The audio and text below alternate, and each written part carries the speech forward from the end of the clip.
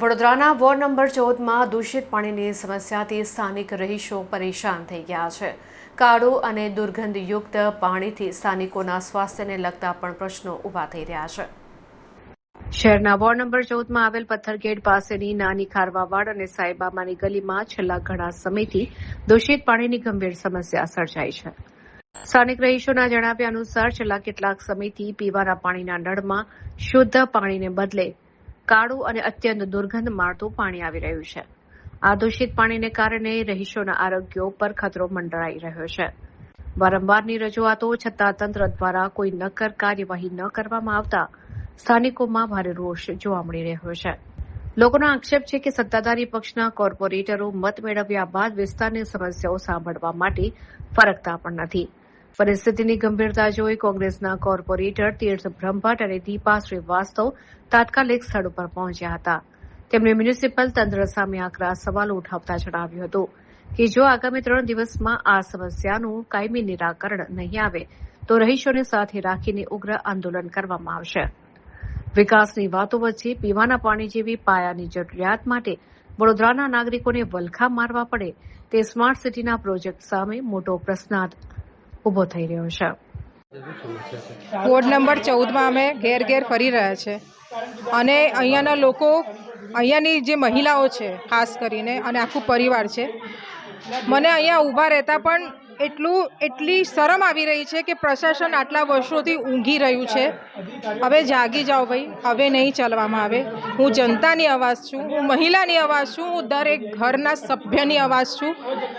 હવે આ પાણી પીવા લાયક શું, ઘરમાં વાપરવા લાયક બી નથી.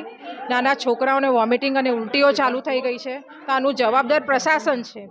આટલા બધા ટેક્સો જ્યારે તમે લેતા હોય અને આવું પાણી પીવડાવતા હોય તો તમને તો ડૂબી મરવું જોઈએ.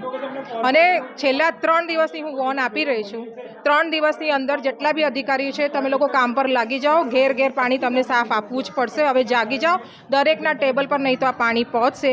આ દીપા શ્રીવાસ્તવ અને તીર્થ બ્રહ્મભટ્ટ એવું હશે તો સત્યાગ્રહ પર પણ ઉતરવા તૈયાર છે. વીએમસીની ઓફિસના બહાર ધરણું બેસવાનું હશે તો અમે ધરણું આપીશું, પણ વડોદરા માટે સ્વસ્થ પાણી તો અમે લઈને જ રહીશું.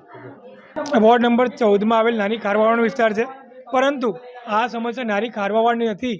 આ સમસ્યા સમગ્ર વોર્ડ નંબર 14ની છે કે જ્યાં જનતા છેલ્લા કેટલા સમયથી દૂષિત પાણી પી રહી છે. કારણ કે આ બધી જે ડ્રેનેજની લાઈનો છે બધી ગાયકવાડની સમયની છે.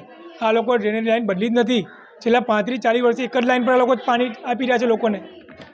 એટલે અમારી પ્રાથમિક મુદ્દો એ છે અમારો કે તમે વહેલી તકે આ લાઈનો નવી નાખો, જનતાને શુદ્ધ પાણી આપવાનું. કારણ કે આઝાદીના આટલા વર્ષો પછી પણ જો જનતાને આવું પાણી પીવા મળતું હોય ને તો આ શાસકો ડૂબી મરવું જોઈએ. પોતાના હોદ્દા પરથી સ્વયંભૂ રાજીનામું આપી દેવું જોઈએ. એ લોકો હોદ્દા પર બેસવા લાયક નથી, કારણ કે પોતે એસી ગાડીમાં ફરે, બિસ્લરીનું પાણી પીએ. તો મારી જનતાને આવું કાળું પાણી થશે? ક્યાં સુધી ચાલશે? આ જનતા ક્યાં સુધી આ પાણી પીશે?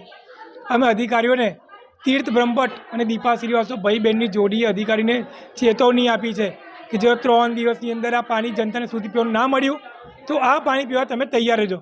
પછી ગમે તે થાય, ગમે હદ વટાવટ તૈયાર છે, પણ આ પાણી તમે પીવાનું રહીશું. કારણ કે મારી જનતા જો પીડાતી હોય ને તો આ તીર્થ બ્રહ્મભટ્ટ અને દીપા શ્રીવાસ્તવ સહન નહીં કરી લે.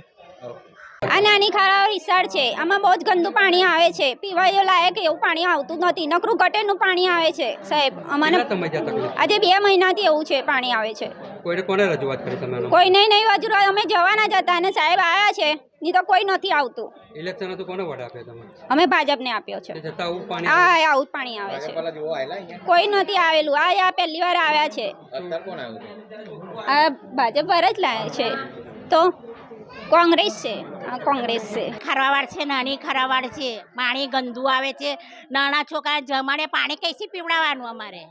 કેટલા સમયથી આવું તકલીફ છે? આ 2 મહિનાથી એવું આવે પાણી. છોકરાઓ બીમાર થઈ જાય. અમારા સ્કૂલે જતા બીમાર થઈ જાય છે, જતા નહીં સ્કૂલે. ના, કોઈ નહીં આવતું અહીં. અહીં કોઈ આવતું જ નહીં તો કોને કરીએ અમે? અમે તો ભાજપને ચાલ્યું જ. તો હા, તો બી